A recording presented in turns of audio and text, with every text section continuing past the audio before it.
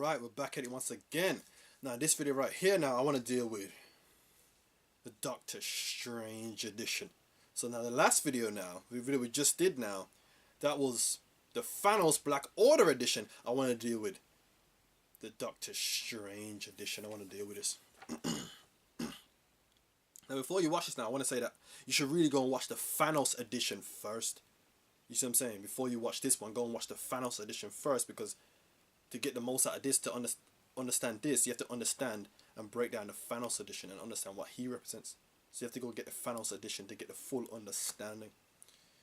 So now I want to deal with this, and the reason why the Doctor Strange edition is so key is because of what basically the whole scene with him versus Thanos, because he pretty much gave Thanos his biggest fight. He was almost like Thanos is his biggest opposition. I want to break this down to him, and I want to break down the reason for this.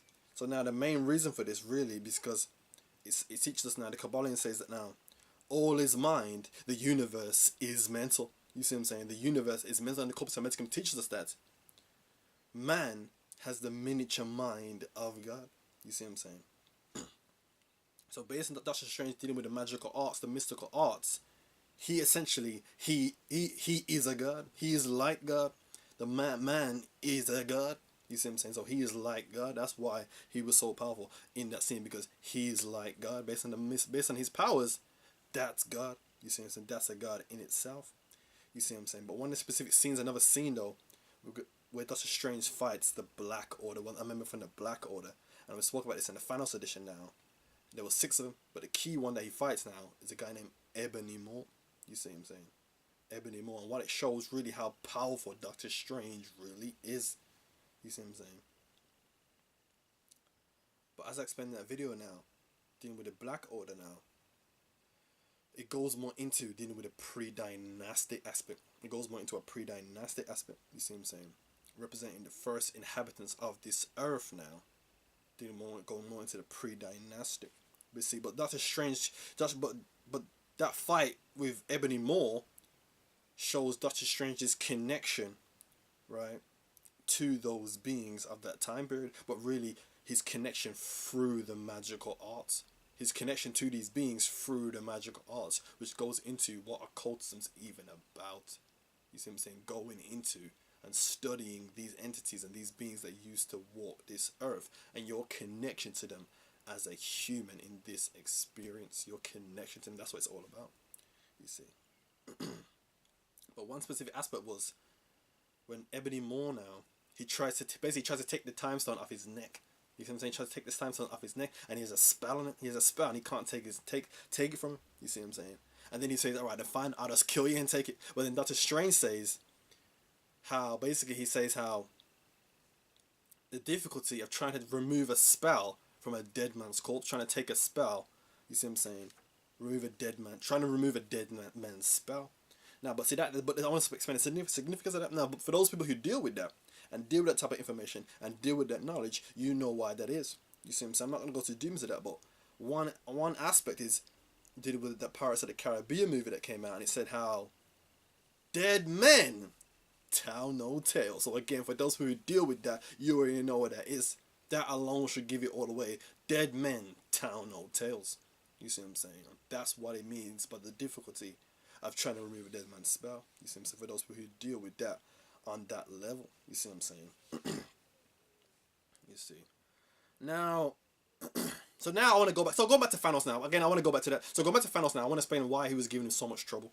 So now, he was giving Thanos so much trouble now. He was on par with him, even though after he already had 4 stones. He already had power, space, reality, and soul. He already had 4 stones, but yet he was on par with him. Even him only having 4 stones already. You see what I'm saying? But again, based on the Thanos edition, I spoke about how I spoke about how he represents the god of creation. He is Brahma. You see what I'm saying? He is Brahma. And in that scene now, Doctor Strange, he has the multiple arms. You see, he has the multiple arms. Giving a nod.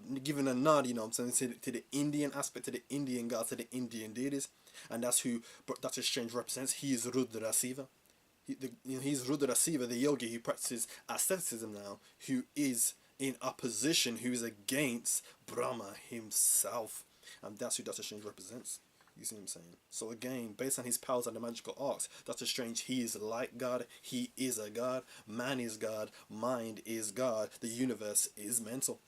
And based on Thanos representing the universe now, it's essentially two gods going at it, two gods going to battle. That was basically two gods. You see what I'm saying? Fighting each other, basically. That's what that was. You see what I'm saying? But see, now we're dealing with the time stone now.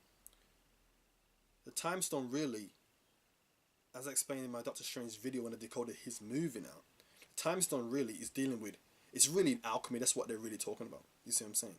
They call it the time stone, but really what they're dealing with is alchemy. You see?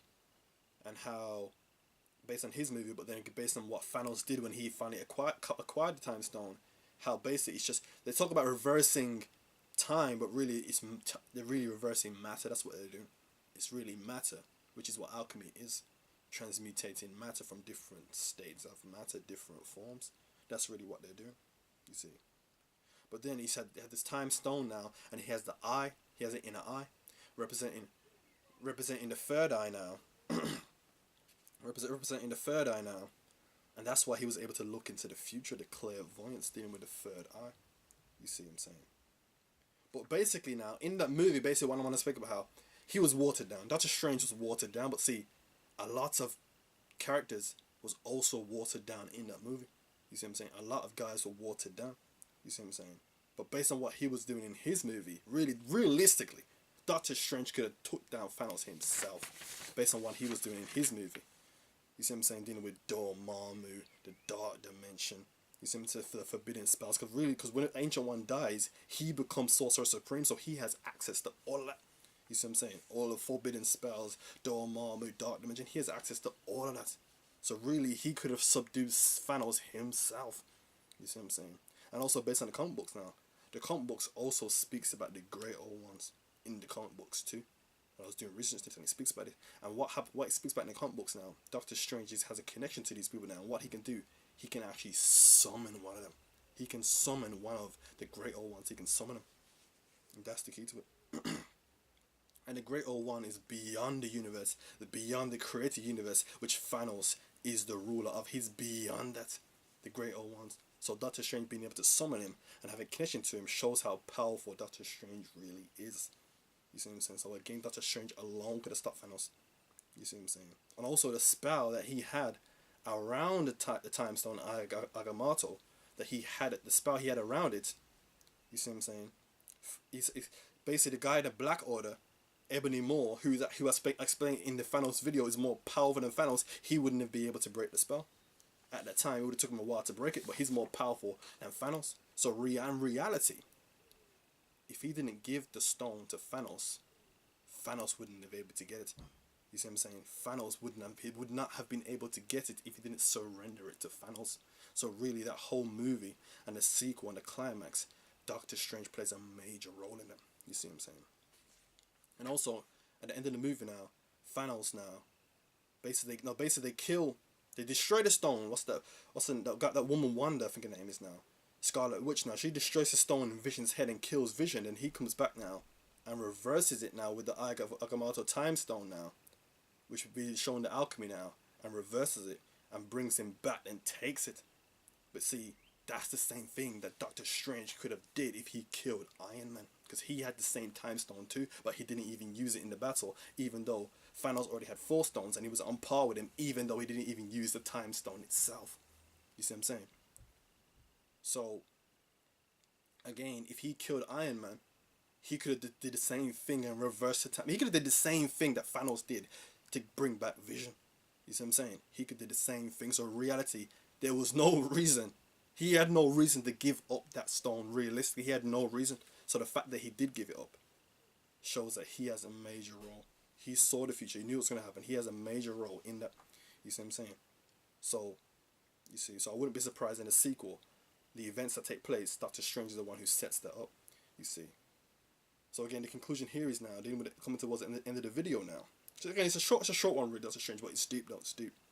Short but sweet. You know what I'm saying? That's how I do it. But again, The conclusion now, Doctor Strange alone, he had the power to stop Thanos. He could have stopped Thanos. He had the power to subdue Thanos based on the power of the magical arts.